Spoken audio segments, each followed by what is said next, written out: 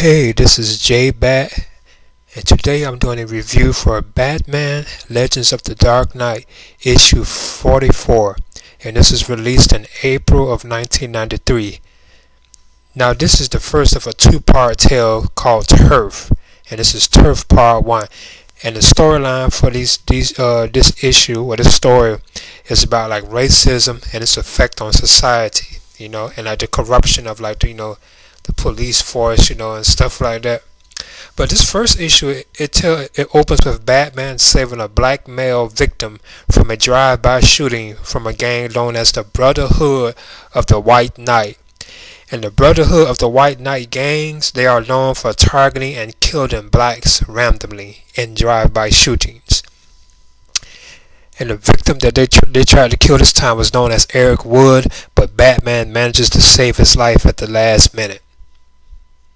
But eventually, Eric Wood is still murdered by corrupt police officers, and this begins to tell of Batman finding what was going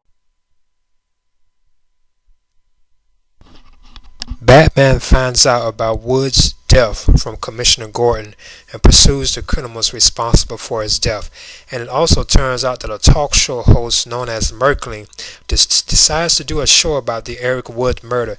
He claims to have footage of Wood's murder on camera, but eventually Merkling himself is also murdered.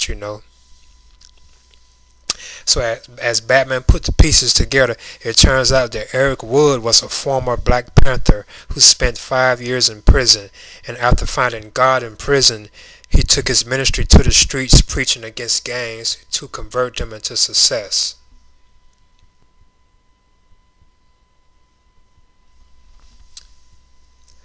So eventually Batman begins to pursue the videotape which contains evidence of Eric Wood's murder by corrupt police officers, and at the same time Commissioner Gordon is paired with a Detective Sergeant Payton, and they're also after the videotape which contains evidence of the Black Panther or former Black Panther member Eric Wood's murder.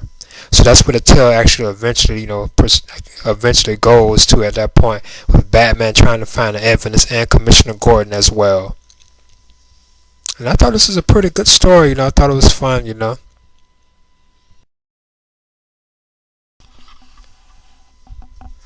I thought this was a good tale, the first issue was pretty good. The artwork was excellent, and there was also mentions of Gillian Loeb, from Batman Year One, the Frank Miller graphic novel, and Batman himself looked very cool in this tale. He looked very muscular, and the scenes of him swinging around Gotham City, I thought those were very cool, and I liked the racism storyline of it, I thought this was a good issue. Okay.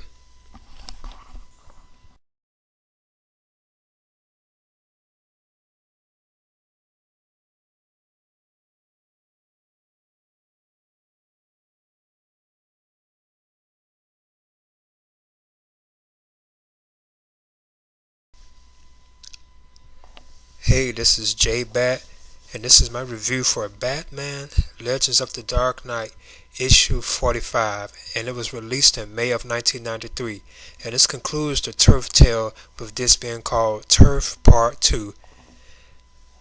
Now it continues the storyline of Batman, after the evidence, the tape that has the recording of Eric Wood's murder, and Commissioner Gordon at the same time is also after the tape with a Detective Sergeant Payton. So basically, that's what this whole tale is about, and this issue or whatever, it just continues that, and eventually they find out where the tape is, and stuff like that.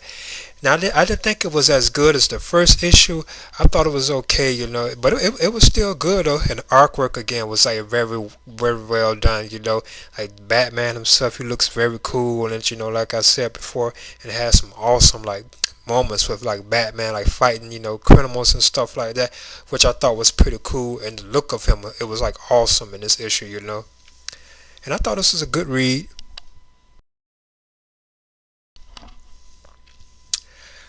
I thought the second issue, as I mentioned before, I thought it was fun. It seemed like it kind of drifted off the main topic of it. To a certain extent, it got more involved in corruption and stuff like that with the police force and stuff like that. And the racism.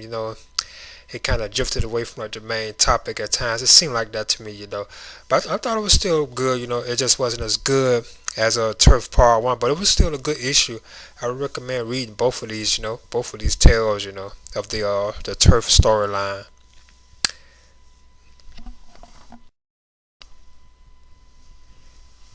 In the end, I thought the Turf storyline, Turf Part 1 and Turf Part 2, I thought both of them made a good story, you know what I'm saying? Like, both combined together, Now, like the second one, it was kind of like, it seemed like it kind of got, or it could have been because I read them both back to back, It kind of like drifted away, to a certain extent because it got more focused on like the corruption and stuff like that. But I thought both tales were very good, and the artwork was superb for it, like the artists and like the writers or whatever. Like they did a good job on the tale on the whole. I thought he did very well on it, like the atmosphere of it and everything. The look of Batman himself was very cool, He looked truly like awesome in this tale, Like the way like he has like a muscular physique, and he just looks so cool, like just like he has like an imposing like figure, which I thought was very cool about the storyline.